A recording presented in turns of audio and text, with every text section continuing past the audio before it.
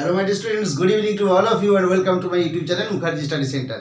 আজকের যে গুরুত্বপূর্ণ বিষয়টি সেটি কী বলতো, সেটা হলো what is difference between marketing and shopping.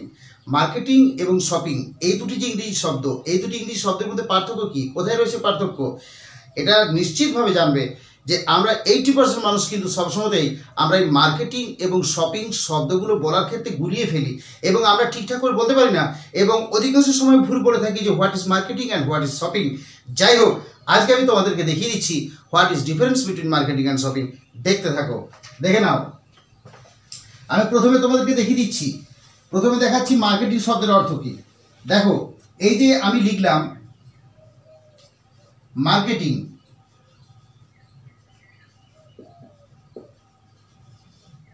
দেখে নাও, এই যে আমি কথা লিখলাম marketing, MARKETING marketing.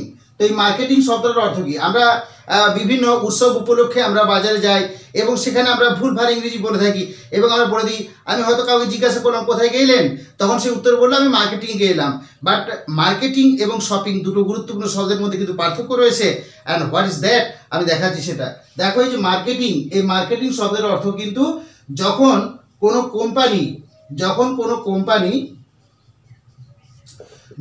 Company customer বা খরিদ্দারদের প্রয়োজন অনুযায়ী যখন বিভিন্ন জিনিস বা প্রোডাক্ট তৈরি করেন এবং তৈরি করার পর সেই জিনিসগুলোকে সেলসম্যানের মাধ্যমে বা বিভিন্ন কোম্পানি স্টাফদের মাধ্যমে যখন বাজারে পাঠান, কিসের জন্য? যাতে করে সেই কোম্পানির সেই উপজাত দ্রব্য বা প্রোডাক্ট যাতে বাজারে ভালোভাবে চলে, বিভিন্ন দোকানে দোকানে সাপ্লাই করা হয়, যাতে করে সেই কোম্পানির যে প্রোডাক্ট সেটা ভালোভাবে চলে। সেটা কিসের জন্য? কাস্টমার বা খরিদ্দারদের চাহিদা অনুযায়ী। তাহলে কোম্পানি যখন সেলসম্যান বা বিভিন্ন স্টাফের মাধ্যমে যখন দোকানে দোকানে তার উপজাত দ্রব্য বা প্রোডাক্টগুলোকে দিয়ে একটা বাজার তৈরি করার চেষ্টা করেন, তখন সেটাকে কিন্তু বলা হচ্ছে মার্কেটিং। অর্থাৎ এই মার্কেটিং শব্দটি কিন্তু সম্পূর্ণরূপে কোম্পানির সঙ্গে যুক্ত। অর্থাৎ কোম্পানির যে সেলসম্যান আছে, এই সেলসম্যান এবং কোম্পানির যে বিভিন্ন স্টাফ তারা কিন্তু কি করে? দায়িত্ব গ্রহণ করে কিসের জন্য? এই কোম্পানির মার্কেটিং তৈরি করার জন্য। তারা নিশ্চয়ই বুঝতে পারলে যে কোম্পানির যে উপজাত দ্রব্য, সেই উপজাত দ্রব্যকে যখন বাজারে নিয়ে আসা হয়, বাজারে কাস্টমারদের চাহিদা অনুযায়ী, এবং যাতে করে সেই প্রোডাক্ট বাজারে ভালোভাবে চলে, কোম্পানির লাভ হয়, মুনাফা হয়, প্রফিট হয়, সেই জন্য যখন সেলসম্যান বা বিভিন্ন কোম্পানির স্টাফ যখন দোকানে দোকানে গিয়ে সেই সমস্ত মালকে সাপ্লাই করে একটা বাজার তৈরি করার চেষ্টা করে, তখন সেটাকে বলা হচ্ছে মার্কেটিং। কিন্তু শপিং কি? শপিং হলো একটা সম্পূর্ণ আলাদা ওয়ার্ড। দেখে নাও, শপিং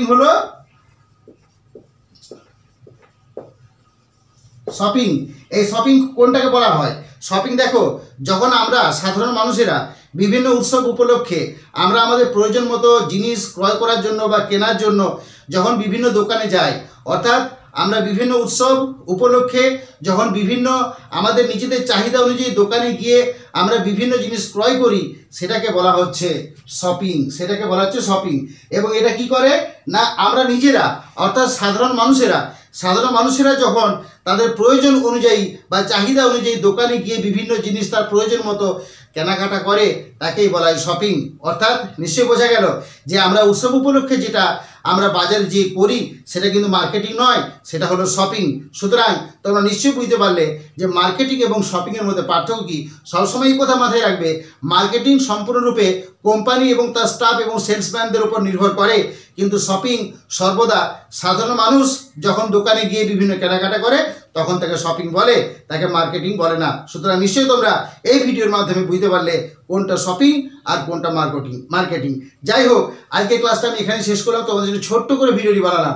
যদি আমার এই ভিডিওটি ভালো লাগে তাহলে অবশ্যই তোমরা আমাকে কমেন্ট করে জানাবে যে ভিডিওটি কেমন লাগলো। ভিডিও ভালো লাগলে অবশ্যই একটা লাইক করে দিও এবং আমার চ্যানেলটিকে সাবস্ক্রাইব করতে অবশ্যই ভুলবে না। যাই হোক, কারণ তোমাদের জন্য আমি এই ধরনের ছোট্ট ছোট্ট ভিডিও আমি তোমাদের জন্য এনে থাকি। যাই হোক, তোমাদের সকলকে আমি অনুরোধ করছি আমার পাশে থাকার জন্য। যাই হোক, আমি ক্লাসটা এখানে শেষ করলাম। তোমাদের সকলের প্রতি রইল শুভকামনা। ধন্যবাদ।